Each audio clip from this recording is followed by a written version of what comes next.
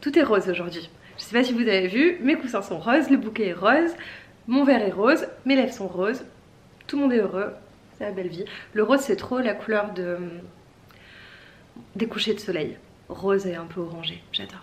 Coucou, bon, je voulais vraiment faire la vidéo sur le syndrome de l'imposteur. Mais je vais vous raconter un petit peu ma vie et du coup vous allez comprendre que j'ai pas réussi, mais promis ce sera la prochaine vidéo. Je crois que l'univers fait en sorte que je ne puisse pas sortir maintenant cette vidéo. Peut-être parce qu'il y a quelque chose que j'ai pas compris, peut-être qu'il y a quelque chose que j'ai pas intégré. Je sais pas, mais vraiment l'univers m'empêche depuis des semaines, mais je vous mens pas, de tourner cette vidéo. Donc en fait hier je commence à tourner la vidéo. Je sais pas, ça devait peut-être faire 45 minutes que je filmais, genre c'est long 45 minutes, ça veut dire qu'en gros vous avez déjà, je sais pas, 25 minutes de vidéo. Enfin vraiment je touchais à la fin et puis à un moment je regarde la caméra, enfin le retour, donc pas l'objectif, ce que je fais rarement, enfin j'essaye de pas trop le faire parce que je sais que ça peut être chiant et surtout que ma caméra en fait elle est tout le temps réglée donc il n'y a jamais aucun problème et que j'ai mes notes sur mon ordi donc j'ai pas regardé le retour et là je me rends compte que je suis floue. Pas le flou genre horrible c'est flou parce que je pense que je m'en serais rendu compte, mais le petit truc qui fait que c'est flou, je pouvais pas le voir de là où j'étais, enfin je pouvais le voir que si je me rapprochais. Et là j'ai fait non. Donc voilà, j'étais un petit peu énervée. Du coup je me suis dit tant pis, c'est pas grave, c'est la vie, ça arrive, c'est que c'était pas le bon moment. En plus j'avais des choses à faire après donc je me suis dit tant pis pour aujourd'hui. Voilà, j'ai perdu une petite heure de ma vie mais bon c'est pas très grave. Donc voilà. Ce matin je passe voir Raph, je sors, je me dis je vais aller faire des petites courses et tout. Après je me dépêche, je vais aller tourner ma vidéo, je me rattrape comme ça vous l'aurez lundi ou mardi. Il y a une mamie, je vous mens pas, mais vous voyez c'est l'univers qui s'est pété la gueule devant moi, qui s'est grave ouvert l'arcade. Donc syndrome de la sauveuse évidemment, même s'il y avait des gens autour, je suis allée la voir, enfin voilà, j'ai aidé les autres personnes à la relever et elle saignait énormément et tout le monde était là genre machin. Du coup moi j'ai pris mon masque en tissu pour appuyer sur sa plaie pour pas qu'elle saigne de ouf, mais bon vous voyez bien une arcade qui saigne, c'est une arcade qui saigne beaucoup donc voilà. Bref, donc ça m'a pris au moins 25 minutes. Je suis rentrée chez moi, j'avais le cœur tout oh pauvre petite mamie et tout, alors que bon elle va très bien j'en suis sûre, elle a juste besoin de quelques points de suture. Mais voilà, du coup j'ai eu besoin genre d'une heure de calme, enfin je sais pas comment dire. Après j'étais fatiguée, après je me suis dit non mais en fait, parce que j'ai un pote qui arrive pour passer quelques jours avec moi. Du coup j'ai rangé un petit peu mon appart, machin truc chouette, et là je regarde l'heure. Il est 17h12, donc j'allais filmer je sais pas il y a un quart d'heure et je me dis mais il va commencer à faire nuit. Mon pote va arriver genre d'ici 20 minutes, peut-être même pas. Donc j'ai pas pu filmer cette vidéo du syndrome de l'imposteur. Voilà, tout ce blabla pour vous expliquer ça. Est-ce que je suis en train de me justifier? Oui, tout à fait. Est-ce que j'en ai besoin? Non, pas du tout. Est-ce que je le fais quand même? Oui. Donc je remplace cette vidéo par cette vidéo. Je ne sais pas du tout à quoi cette vidéo va ressembler, mais c'est pas grave. Ce que je me dis en attendant que mon pote Antoine il s'appelle arrive, on va faire quelque chose de relativement productif. Hop, voilà. Et en fait on va répondre aux questions que vous m'avez posées sur ma dernière vidéo. J'avais lancé une FAQ MDR, j'ai eu 2 personnes qui m'ont posé des questions, mais c'est pas grave. Je sens que je parle vite et quand je parle vite ça veut dire que soit je suis stressée, soit je suis fatiguée. Je suis les deux, donc voilà. Attendez, je vais prendre un petit verre d'eau. Je fume ma petite clope et on répond aux petites questions ensemble. Alors il y a 2 personnes qui m'ont posé des questions. Il y a Edouard qui est un de mes plus fidèles abonnés, qui commente à chaque fois, je l'aime trop. Et en plus on discute sur Instagram et tout, donc trop adorable. Et Louis qui m'a aussi posé des questions, donc on va répondre aux questions d'Edouard en premier parce que c'est plein de petites questions. Donc voilà. Ça t'arrive de pleurer devant des films? Non, pas tant que ça. Je peux être très facilement émue, avoir les larmes à l'œil, mais de là à pleurer, non, je crois pas spécialement. Mais je peux être extrêmement touchée par contre, souvent d'ailleurs quand je regarde des films. Et un film au cinéma qui m'a fait pleurer, ça remonte à très longtemps. Surtout que je suis pas le genre de nana qui va extrêmement au cinéma. Donc je pense que ça doit faire 3 ans que j'ai pas mis les pieds au cinéma. Et je crois que c'était Call Me By Your Name. Très très beau film d'une histoire d'amour qui se finit pas très bien, mais c'est pas grave, genre j'en ai pleuré, genre vraiment.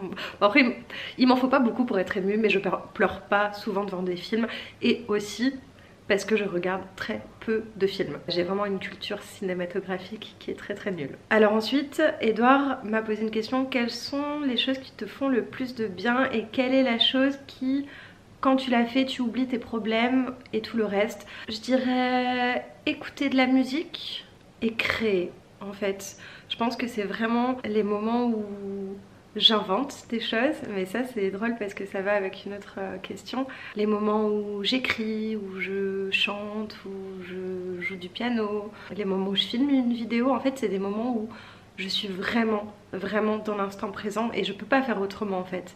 C'est le fait de créer quelque chose, d'avoir une idée en tête, et ça me fait du bien. Ouais, quand j'écoute de la musique, des musiques hyper enjouées, assez rythmiques, etc., ou un très beau solo de guitare, enfin voilà, ça c'est... ouais, j'oublie mes problèmes. Ensuite, Edouard m'a demandé: tu écris des histoires? Oui, j'écris des histoires, j'écris très souvent des histoires. Je pense sincèrement que c'est l'un de mes rêves, ce serait de publier un roman que j'ai écrit. Voilà, je vous le dis là, comme ça. C'est vrai que je le dis rarement, mais ouais, si vraiment il y a quelque chose qui pourrait me rendre hyper fière et hyper heureuse, c'est ça. J'écris des histoires depuis très très longtemps. Et même quand j'écris une chanson, en général, c'est une histoire. Ça raconte forcément quelque chose, donc voilà. Mais c'est vrai que je suis très secrète là-dessus, que je le partage rarement parce que déjà tout le monde s'en fiche, et que bon, c'est pas incroyable non plus, hein, c'est juste que moi ça me fait du bien. C'est surtout ça. Ensuite, c'est quoi ta couleur préférée? Bah j'en ai pas. J'aime toutes les couleurs. Je sais pas, je peux pas en avoir une préférée. J'en ai peut-être une préférée pour la déco, mais même pas, parce que j'aurais dit blanc, donc le blanc n'est pas une couleur. J'en ai peut-être une pour les fringues. Je pense que ce serait... oh bon, moi je suis très classique, hein, c'est noir, gris, bleu. Allez, des fois un peu de rose, blanc, beige, enfin vraiment je suis hyper classique. Je sais pas. Bah, en général quand je dois donner une réponse, je dis vert parce que c'est la couleur de la nature, mais encore une fois ça veut rien dire. Ouais, c'est la couleur des feuilles, et encore pas n'importe quelle saison, c'est la couleur de l'herbe. Non, j'ai pas de couleur préférée, je dirais. Et de toute façon, à chaque fois que vous me demanderez quelque chose de préféré, ce sera toujours très difficile pour moi de choisir, parce que ça veut dire que si je fais un choix, je priorise le choix plutôt que les autres trucs, et ça me brise le cœur, donc j'en ai pas. Voilà. C'est quoi pour toi l'amour? Ça dépend. Je crois que l'amour, c'est quelque chose de très inconditionnel. Alors ça peut être très bien, le fait qu'un amour soit inconditionnel, et ça peut aussi être dangereux. C'est pour ça que avant de donner son amour et d'accepter l'amour de quelqu'un, je pense que c'est très important de se connaître. Et encore, est-ce qu'on se connaît vraiment tout à fait à 100%? J'en sais rien. Mais c'est l'amour que je donne à mes chats par exemple, qui sont en train de dormir dans le fauteuil. Quoi qu'elles fassent, en fait, je les aimerais. Et non, en fait, c'est bien d'aimer les gens inconditionnellement. Mais c'est pas parce que vous aimez quelqu'un inconditionnellement que vous pouvez tout accepter et ne pas vous séparer de cette personne. J'ai eu 3 relations très longues, enfin très longues, de plus d'1 an et demi, et encore aujourd'hui en fait, j'aime ces personnes. Je les aime, s'il leur arrivait quelque chose, je serais très triste et dévastée, mais aujourd'hui on coupe le contact parce que au-delà de l'amour inconditionnel, il y a des choses que je ne peux pas accepter, des choses qui ne me correspondent plus parce que bah on grandit, on évolue. Et je crois aussi que l'amour, c'est... je sais pas comment expliquer. Ça doit pas être un fardeau, ça doit être vraiment genre 2 rails de train, ou je sais pas, qui s'élancent en même temps et qui se boostent. Enfin, mais pas qu'il y en ait un qui tire sur l'autre, allez viens, on fait ci, on fait ça. En fait il faut que les 2 personnes soient dans la même énergie et ouais, et se boostent l'un l'autre, et qu'on aime la personne pour ce qu'elle est réellement et pas pour ce qu'elle pourrait potentiellement nous apporter. pas pour ce qu'on pourrait être grâce à cette personne.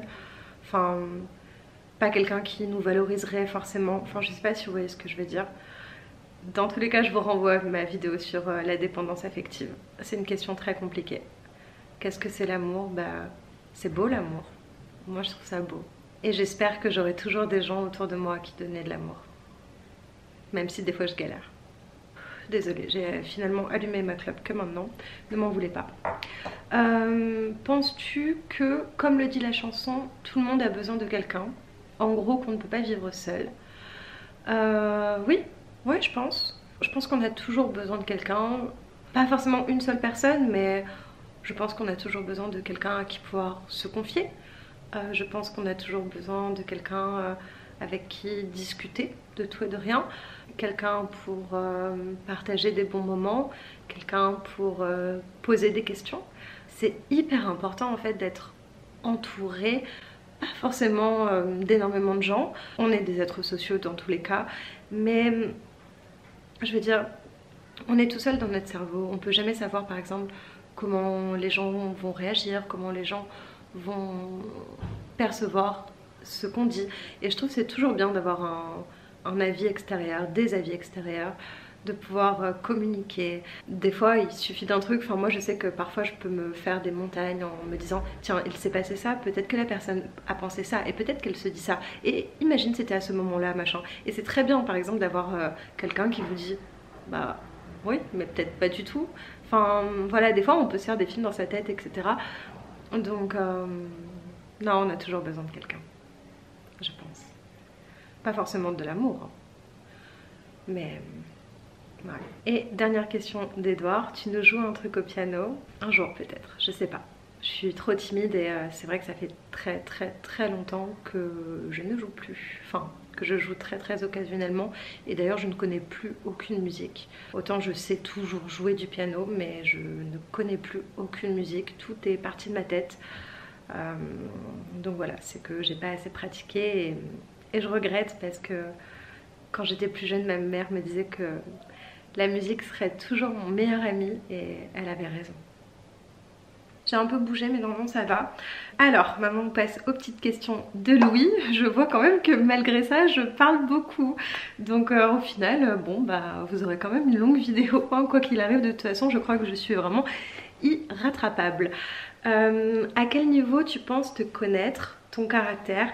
Quelle explication tu lui donnes et comment tu imagines son évolution? Je pense que plus le temps passe, plus je me connais. Et ça c'est merveilleux. Je suis trop heureuse en fait de mûrir, de grandir et d'apprendre à me connaître, d'avoir eu toutes les expériences de la vie que j'ai eues. Mais je pense que je ne me connais pas du tout à 100% et je pense qu'apprendre à se connaître c'est un petit peu le travail de toute une vie. Quelle explication tu lui donnes et comment tu imagines son évolution? Quelle explication tu donnes à ton caractère? Je sais pas si j'ai très bien compris ce que tu voulais dire, mais en gros j'imagine que c'est pourquoi tu es comme ça. Bah j'imagine comme tout le monde en fait, c'est que je me suis construite vis-à-vis des expériences et que ça a donné ça. Alors oui, il y a toujours une part de génétique. Parce que ben, mes parents sont comme ci, comme ça, ils sont tous les deux hypersensibles donc voilà, ça a donné 3 enfants je pense hypersensibles. En tout cas je trouve que mes sœurs le sont. Donc voilà, il y a toujours une part de génétique, ça c'est sûr. Voilà, après en fonction des gens qu'on rencontre, des expériences qu'on vit, ça c'est un petit peu les hasards entre guillemets de la vie, même s'il n'y a pas vraiment de hasard, mais je sais pas pourquoi je suis telle ou telle personne. Je pense que c'est que beaucoup de mes qualités et de mes défauts viennent aussi du fait que je me suis souvent isolée, je me suis souvent sentie seule, que j'ai eu très longtemps et encore aujourd'hui un gros syndrome de l'imposteur. Et tout ça, ça a fait que j'ai beaucoup réfléchi sur moi, sur mes comportements, tout. Je passais ma vie à réfléchir, je passais mes journées à essayer de décortiquer et d'observer comment les gens fonctionnaient parce que je voulais leur ressembler, mais à la fois je trouvais ça bizarre et j'arrivais pas à m'adapter.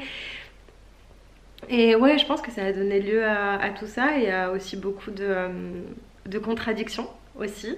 Je pense que je suis quelqu'un avec beaucoup de contradictions. C'est très drôle parce qu'on en parlait d'ailleurs avec une abonnée, Lia, si jamais tu regardes cette vidéo.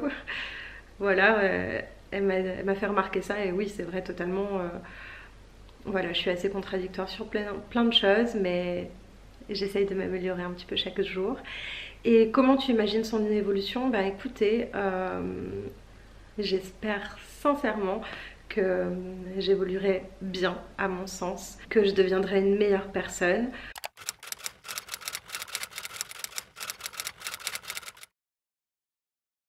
Coucou! Bon, finalement hier la caméra a coupé, je n'ai pas terminé du tout la FAQ, je ne sais plus où j'en étais, mais je crois que je vous disais que...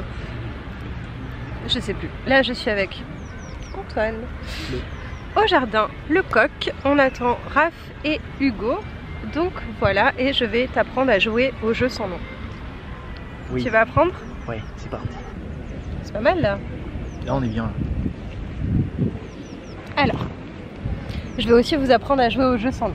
Pour jouer au jeu sans nom, il faut un paquet de cartes classique. Il faut prendre toutes les cartes sans les jokers. Le but du jeu, c'est d'avoir le moins de points possible.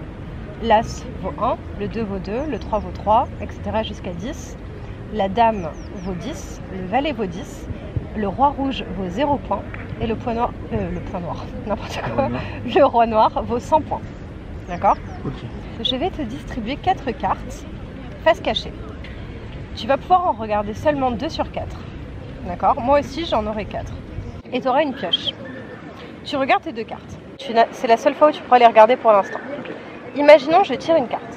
Je me dis, bon, je te dis ce que c'est un 6. Je me dis, tiens, ce que je peux faire, soit je la garde dans mon jeu et je l'échange avec une autre carte et je la retourne. Soit je la repose ici, je la retourne, je n'en veux pas. J'ai posé une dame. Si je retourne une dame, que je me débarrasse d'une dame dans le jeu, j'ai le droit de regarder une carte n'importe où dans le jeu. Soit une à moi, soit une à quelqu'un d'autre. Si ça avait été un valet, j'ai le droit d'échanger n'importe quelle carte dans le jeu. Soit entre 2 personnes, soit entre toi et une autre personne, etc.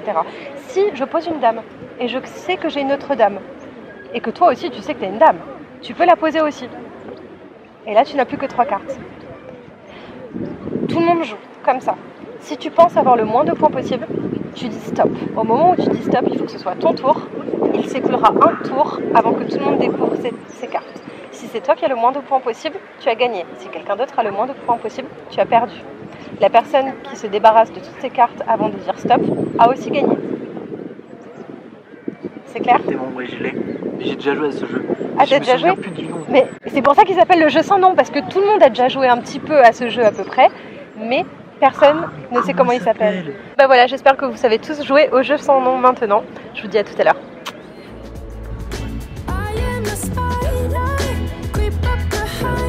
Je fais un petit coucou au vlog, Hugo. Un petit coucou au vlog. Salut le vlog, ça va ou quoi? Vous vous rappelez de moi? On n'a pas oublié. Là on est de retour sur Clermont-Ferrand avec l'équipe, avec les plus beaux. Toutes les formations disponibles.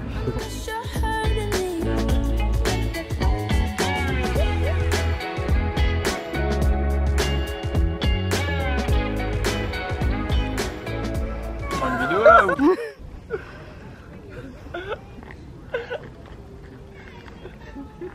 Coucou! Dernier jour du vlog, en fait je sais même pas si c'est un début de vlog, une fin de vlog et... C'est bien, tu es comme les autres enfants. C'est bien Antoine, t'es content?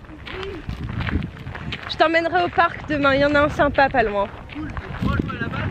Ah bah oui! Ah bah oui! Donc on a fait un petit pique-nique dans un joli parc, le parc Montjusé. Là on va aller boire un petit café chez Raph parce que il n'y a plus de soleil, il fait tout gris, il commence un peu à faire froid. Donc voilà. Et après, 18 h, on rentre à la maison parce que c'est le couvre-feu. Voilà, désolé.